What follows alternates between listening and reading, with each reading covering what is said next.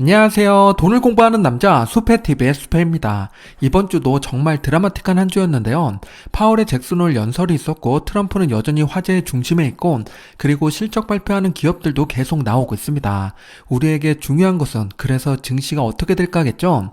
오늘은 주간 브리핑을 정리하고 파월의 연설 뒤에 숨은 내용이랑 이를 바라본 트럼프는 어떤 계획을 갖고 있는지 파헤쳐보는 시간을 가져보겠습니다. 시작 전에 이런 영상을 계속 받아보고 싶으시다면 구독과 좋아요 그리고 따뜻한 댓글 부탁드립니다. 여러분의 관심이 저를 행복하게 합니다. 감사합니다. 이번 주 미국 4대 지수를 보면요. 다우존스는 1.6% 상승하면서 가장 좋았고 S&P 500은 0.3% 소폭 상승이 나왔습니다. 나스닥은 0.9% 하락이 나왔는데요. 그동안 상승을 이끌었던 나스닥이 하락해버렸습니다. 주도주가 바뀌고 있는 걸까요? 채권을 보면 0.8%로 괜찮은 모습을 보이고 있는데요. 다음 주에도 나스닥 혼자 하락이 발생된다면요. 가치주의 반격이 시작된 거니까 계속 지켜봐야겠습니다. 이번 주 S&P 500을 보면요. 빅테크 기업들이 힘이 없었지만 반대로 가치주의 상승이 눈에 들어오는 한 주였습니다. 오른쪽과 아랫부분이 초록색이 많죠. AI에서 그동안 소외됐던 종목들로 자금이 이동하는 모습입니다. 하락폭이 컸던 기업 몇 개를 보면요. 왼쪽 위에 팔란티어가 이번 주 10.4% 하락했습니다. 공매도 리포트에 이어서 샘 올트먼이 거품론을 제기하자 하락이 나온 건데요. 1년 만에 300% 넘게 오른 팔란티어이기 때문에 단기 조정이라는 의견이 지배적입니다. 두 번째는 소프트웨어 기업인데요. 인투이트가 7.5% 하락했습니다. 실적은 예상치보다 좋게 나왔는데요. 가이던스가 실망스럽자 떠나는 투자자가 늘었습니다. 세 번째는 가운데 메타가 있는데요. 3.9% 하락했습니다. AI 인력 채용을 중단하고 AI 거품론으로 인해서 불안함을 느낀 투자자가 매도를 한 건데요. 팔란티어랑 같은 이유로 하락이 발생된 겁니다. 그런데 반대의 그림이 그려지면요. 누구보다 더 빠르게 오르는 기업들이니까 참고해 주시기 바랍니다. 마지막으로 오른쪽 위를 보면 월마트가 있는데요. 이번 주 3.2% 하락했습니다. 실적 발표가 있었는데 관세 때문에 힘들다고 토로했습니다. 매주 비용이 증가해서 이익률이 안 좋아지고 있다고 이야기하는데요. 시장 기대치를 못 미치는 수준이 나타났습니다. 관세 여파는 연말까지 계속될 거기 때문에요. 급하게 접근하기보다는 신중하게 지켜보는 게 좋겠습니다. 테마 ETF를 보면 시장의 심리를 알 수가 있는데요. 왼쪽에 있는 섹터를 먼저 보면요. 금융주가 신고가를 경신했고 가장 많이 오른 섹터는 에너지입니다. 2.6% 오르면서 최고점 대비 하락률이 10.9% 남게 됐고요. 가치랑 성장주를 놓고 보면요. 이번 주는 대형 가치주가 신고가를 경신했고 중형 가치주가 가장 많이 올랐습니다. 2.1% 상승하면서 최고점 대비 하락률 1.7% 남게 됐는데요. 바로 아래 배당 ETF를 보면요. VIG는 신고가를 경신했고 SCHD는 이번 주에도 추가 상승이 나왔습니다. 2% 올라가면서 최고점 대비 하락률 6% 남았습니다. 오른쪽 위에 성장주를 보면 유일하게 상승한 테마는 사이버 보안인데요. 0.7% 올랐습니다. 혁신 쪽을 보게 되면요. 원전 ETF URA가 1% 상승을 보여줬습니다. 이번 주는 그동안과 많이 다른 그림이 그려졌는데요. 가치주의 반란이 연속적으로 일어날지 한 번으로 끝날지 계속 모니터링 해보겠습니다. 개별 종목의 최고점 대비 하락률을 보면요. 빅테크 중에서는 구글이 신고가를 경신한 다음에 1.2% 조정으로 선방을 했고요. 가장 많이 오른 종목은 테슬라입니다. 2.9% 상승하면서 최고점 대비 하락률 30.4% 남았는데요. 다음 주에는 20% 이내로 들어올 것 같습니다. 꾸준한 성장을 기대해 보겠습니다. 그리고 오른쪽에 고배당주를 보면요. 알트리아는 이번 주에 신고가를 또 경신했고요. 가장 크게 오른 종목은 엑스모빌입니다. 4.5% 오르면서 최고점 대비 하락률 11.9% 남았고요. 에너지 섹터가 그동안 힘이 없었는데 다행히 반등이 나오고 있습니다. 그리고 바로 아래 홈디포도 3%대 강한 상승을 보여줬습니다. 알트리아 차트를 보면 정말 인상적인데요. 2020년부터 꾸준히 상승 추세를 보이고 있습니다. 현재 배당률이 6.03%로 높다고 생각하실 수가 있는데요. 그런데 최근 10년 평균 배당률과 비교하면 낮은 수준입니다. 즉 지금 알트리아는 저평가됐다고 보기에는 어려운 시점인 거죠. 현금 흐름이 워낙 안정적이라서 배당 투자자들에게 여전히 매력적인 종목이지만요. 조금은 보수적으로 바라봐야 될 때입니다. 주가와 환율을 함께 놓고 보면요. S&P 500이 0.3% 올랐는데 환율이 0.4% 떨어졌습니다. 결과적으로 0.1% 하락하는 한 주였는데요. 주중에 환율이 1,400원을 터치했었습니다. 환율이 상승 추세로 전환될지 지켜보겠습니다. 해외 종목 매매 현황을 보겠습니다. 왼쪽에 있는 순매수를 먼저 보면요. 1,000억 원이 넘는 종목이 두 개나 있습니다. 반도체 레버리지 SOXL이랑 유나이티드 헬스인데요. 둘만 합해도 한 주 동안 6,400억 원이나 순매수가 들어왔습니다. 그리고 밑을 보면요. PLTU랑 PTIR이 있는데요. 이건 둘 다 팔란티어 레버리지 상품입니다. 즉 팔란티어도 1,000억 원이 넘는 금액의 매수세가 들어왔다는 이야기인데요. 10% 이상 하락이 나오자 기회라고 생각한 투자자분들이 많은 것 같습니다. 레버리지 상품을 투자했다는 건 트레이딩 관점으로 접근한 걸 텐데요. 잘 수익 내고 나오시길 바라보겠습니다. 오른쪽에 매도 탑10을 보면요. 1위가 SOXL, 3위가 UNH입니다. 두 종목은 매수만큼 매도도 많았다는 이야기인데요. 금요일 반등에 매도를 한 걸까요? UNH 차트를 잠깐 보겠습니다. 연초부터 지금까지 유나이티드 헬스의 차트를 보면요. 4월과 5월 그리고 8월 초에 크게 3번의 조정을 받았습니다. 그리고 지금 다행히 반등을 보여주고 있는 모습인데요. 트레이딩 관점에서는 저항선에 와 있다고 볼 수 있는 시점입니다. 하지만 거래량이 증가하면서 오르는 모습이 괜찮아 보이죠? 320달러를 뚫고 올라가면요. 개파락이 나왔기 때문에 저항선이 한참 위에 있습니다. 과연 380달러 근처까지 올라갈지 지켜보면서 이슈가 발생되면 말씀드리겠습니다. 해외를 봤으니까 국내 매매 현황을 봐야겠죠. 국내 상장되는 해외 ETF의 매매를 보겠습니다. 왼쪽에 순매수 탑10을 먼저 보면요. 재미난 그림이 그려졌죠. 미국 국채 매수가 상당히 많았습니다. 10종목 중에 4개가 미국 국채였는데요. 이번 잭슨홀 미팅에서 금리 인하 가능성을 높게 평가한 투자자가 많았다고 볼 수 있습니다. 그들의 방향이 맞았는데요. 하지만 아쉽게도 채권의 움직임은 미비했습니다. 오른쪽에 매도 탑10을 보면요. 미국 빅테크를 비롯해서 나스닥 매도가 많았는데요. 성장주가 하락할 거라고 생각한 투자자가 많았습니다. 변동성에 노출되느니 현금 들고 기다리겠다는 투자자가 많았다는 거죠. 이건 절반 정도 성공했습니다. 아쉬운 부분은 테슬라 밸류체인인데요. 테슬라가 가장 많이 올라서 월요일에 급등할 걸로 보이는데 씁쓸한 모습입니다. 이래서 단기적인 투자 방향을 맞추는 건 정말 어려운 것 같습니다. 잭슨홀 미팅은 세계 경제를 움직이는 하나의 축과 같은 모임인데요. 미국 돈을 맡고 있는 연준이 매년 여는 자리입니다. 파월은 이번이 마지막 연설이었고 5년 단위로 큰 그림을 그리기 때문에 더욱 중요한 잭슨홀 미팅이었습니다. 과거 잭슨홀 미팅 때 주요 발언을 보면요. 2020년에는 평균 물가 목표제를 도입했었습니다. 물가가 갑자기 올라서 모두가 깜짝 놀라고 있을 때 파월은 단기적일 수 있으니까 평균치를 내서 물가를 생각하겠다고 말한 겁니다. 이는 주식시장에는 좋은 소식으로 들렸었던 거죠.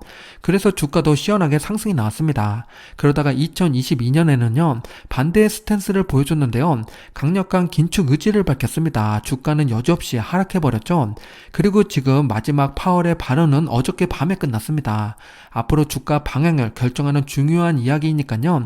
요점 정리를 해보겠습니다. 파월의 연설은 20분 정도 진행이 됐는데요. 간단히 요약하자면요. 정책 기조를 조정할 필요가 있다고 이야기했습니다. 앞에서 이야기한 평균 물가 목표제를 폐지하고요. 전통적인 신축적 물가 안정 목표제를 복귀하겠다고 합니다.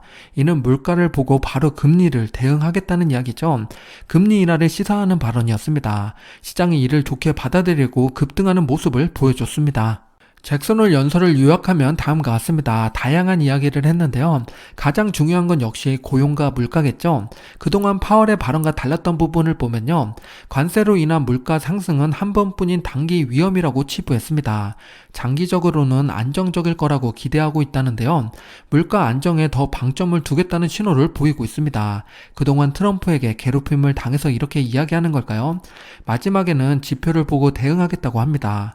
시장은 트럼프의 시간으로 돌아간다고 판단하는 느낌입니다. 금요일 하루 동안 S&P 500의 변화를 살펴보면요. 빅테크 기업 중에서는 테슬라, 아마존, 구글이 좋았고요. 다른 기업 중에서는 코인베이스, 아멕스, 캐터필러, 홈디포, 나이키 등이 좋았습니다. 금요일 힘이 좋았던 기업들은 눈여겨볼 필요가 있겠죠. 금리 인하 수혜 기업이라고 볼 수 있습니다. 내가 투자하고 있는 기업이 금요일에 어떻게 움직였는지 한번 체크해 보시기 바랍니다. 잭슨홀 미팅 때문에 9월 FOMC에서 금리를 내릴 거라고 생각하는 분들이 많은데요. 파월이 지표를 보고 결정하겠다고 말했으니까요. 아직은 넘어야 될 산이 남아있는 상태입니다. 실업률 PPI, CPI가 잘 나와야 9월 18일에 금리를 내리게 되는 거죠. 지금은 관세 때문에 경제 지표가 출렁일 수 있는 상황입니다. 제가 매주 주간 브리핑으로 정리해서 말씀드릴 테니까요. 구독과 알람 설정 해놓으시면 바로 확인해 볼 수 있습니다. 기준금리 시나리오는 세 가지 방향으로 전개가 되는데요. 그 중에서 현재 가장 유력한 것은 선제적 금리 인하죠. 그동안 경제 위기가 찾아온 것은 리스크가 터지고서 금리를 내렸기 때문입니다. 선제적으로 금리를 내리면요, 상승장이 더 길게 유지될 수 있습니다. 각 상황에서 어떤 종목들이 수혜를 받게 되는지 살펴볼게요. 우선 가장 가능성이 높은 선제적 금리 인하를 보면요, 빅테크, 소비재, 고배당, 부동산 순으로 수혜가 예상이 되고 있습니다. 금리를 내리면 기업들은 낮은 금리 환경에 노출되게 되죠. 돈을 빌려다가 자유롭게 투자할 수 있는 상황이 펼쳐지게 됩니다. 유동성이 활발해지는 건데요. 그리고 금리가 낮으니까 배당 수익률에 대한 매력도 커지게 되죠. 자연스럽게 시간을 두고서 리츠까지 수혜를 받는 구조가 형성이 됩니다. 금요일 빅테크 기업들의 주가 흐름을 보면요, 잭슨홀 미팅이 시작되자 가장 크게 오른 건 테슬라였습니다. 그 다음은 구글이었는데요. 장이 끝날 때 봤더니 아마존이 더 크게 상승이 나왔습니다. 종가 기준으로 보면요, 테슬라, 구글, 아마존이 가장 힘이 좋았고요. 시총 탑3인 엔비디아, 마소, 애플은 무거워서 그런지 크게 움직이지 못했습니다. 엔비디아의 주가가 크게 오르지 못한 이유는 한 가지가 더 있는데요. 돌아오는 27일 수요일에 실적 발표를 하기 때문입니다. 미래 방향이 불확실하다 보니까 투자를 망설이는 분들이 많은 거죠. 당연히 실적이 좋게 나오겠지만요, 중요하게 봐야 될 포인트가 있습니다. 첫 번째는 AI 데이터 센터 수요랑 매출 비중이고요. 두 번째는 중국 수출 규제 이슈로 인해서 재무적으로 표시가 어떻게 되느냐. 마지막 세 번째는 가이더스의 현실성입니다. 주가 흐름과 시장 심리를 결정하는 중요한 포인트니까요. 실적이 나오면 다시 정리해 보겠습니다. 선제적 금리 인하 수혜주로 고배당주를 말씀드렸는데요. 실제 기준금리에 따라서 고배당주가 어떻게 움직였는지 살펴보겠습니다. 미국 통신기업 버라이즌의 배당률 차트를 가지고 왔는데요. 2021년 저금리 시절에 버라이즌의 배당률은 4%대였습니다.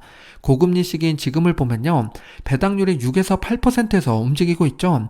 그만큼 주가가 많이 하락했다는 이야기입니다. 이제 기준금리가 다시 내려가면요, 자연스럽게 배당률도 함께 내려가겠죠.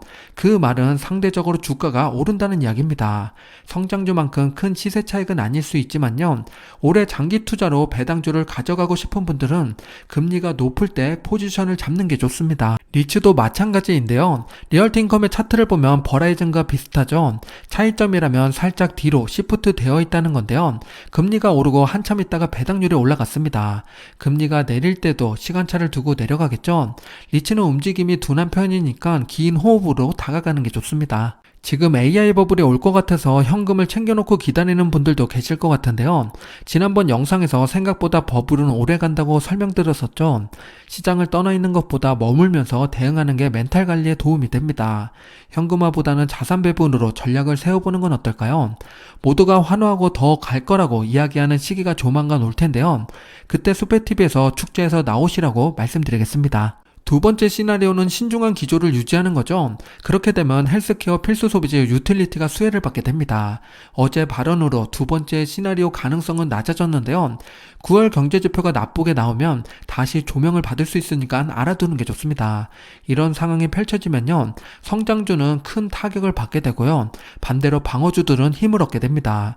경기 둔화기에 상대적으로 안정적인 수익을 보장할 수 있기 때문인데요. 어느 한쪽으로 자산이 쏠려있는 분들은 위험할 수 있는 상황입니다. 비율을 조절하면서 대응하는 것도 방법이니까 참고해 주시기 바랍니다. 마지막 세 번째 시나리오는 생각하고 싶지 않는 상황인데요. 파월이 강경하게 금리 동결을 주장하는 겁니다. 이 경우에는 현금, 단기채, 머니마켓 펀드 같은 현금성 자산의 매력이 높아지게 되는데요. 어제 연설로는 그럴 가능성이 희박해졌습니다. 이런 시기가 찾아오면 시간이 빨리 지나가길 기도해야겠죠. 자산 배분 해놓은 분들은 비중 조절을 할 타이밍입니다. 지난번에 트럼프가 파월을 찾아가서 스트레스를 많이 줬는데요. 리모델링 비용을 많이 쓴다고 핀잔을 줬습니다. 그리고 연준 이사들을 들쑤시고 있는데요. 트럼프는 도대체 왜 이런 행동들을 하는 걸까요? 생각 없이 그냥 막 지르는 것처럼 보이지만요. 모든 게 하나의 목표를 향해서 달려가고 있습니다. 그게 뭔지 지금부터 하나씩 파헤쳐 보겠습니다. 첫 번째는 관세로 시작을 합니다. 기업과 국가 상관없이 관세라는 무기로 해외 자금이 미국으로 들어오게 만들었는데요. 실제로 투자 약속한 기업들이 꽤 많습니다. 스타게이트를 시작으로 TSMC에게 1000억 달러를 들여서 미국의 반도체 공장을 짓게 만들었고요. 애플도 메이드 인 미국을 만들겠다고 했습니다. 며칠 전 소프트뱅크는 인텔 주식의 지분을 2% 담겠다고 발표했죠. 세계의 큰돈이 미국으로 몰리고 있습니다. 두 번째는 미국에게만 아름다운 법안에 대한 이야기인데요. 이 일을 통해서 미국 사람들에게는 혜택을 주고 타국 사람들에게는 불이익이 생겼습니다. 실제 사례를 보면요. 미국 노인들을 위해서 630억 달러 세금을 감면시켜 주겠다고 했고요. 유럽이 미국 빅테크에게 디지털세를 걷겠다고 하니까요. BBB 법안 안에 섹션 899를 넣어서 딜을 했습니다. 트럼프의 계획대로 모두 성공을 거뒀습니다. 세 번째는 기준금리 인하인데요. 트럼프는 파월에게 끊임없이 기준금리를 내리라고 압박하고 있습니다. 이번에는 통한 걸까요? 잭슨홀 미팅에서 파월은 비둘기가 됐습니다. 잭슨홀 미팅 전과 그 이후의 금리 인하 가능성을 보면요. 생각보다 많이 바뀌지 않았죠. 9월 금리 인하 가능성이 73.5%에서 75%로 1.5%밖에 올라가지 않았습니다. 새벽에 파월이 연설할 때는 90%가 넘었었는데요. 다시 제자리로 돌아와 버렸습니다.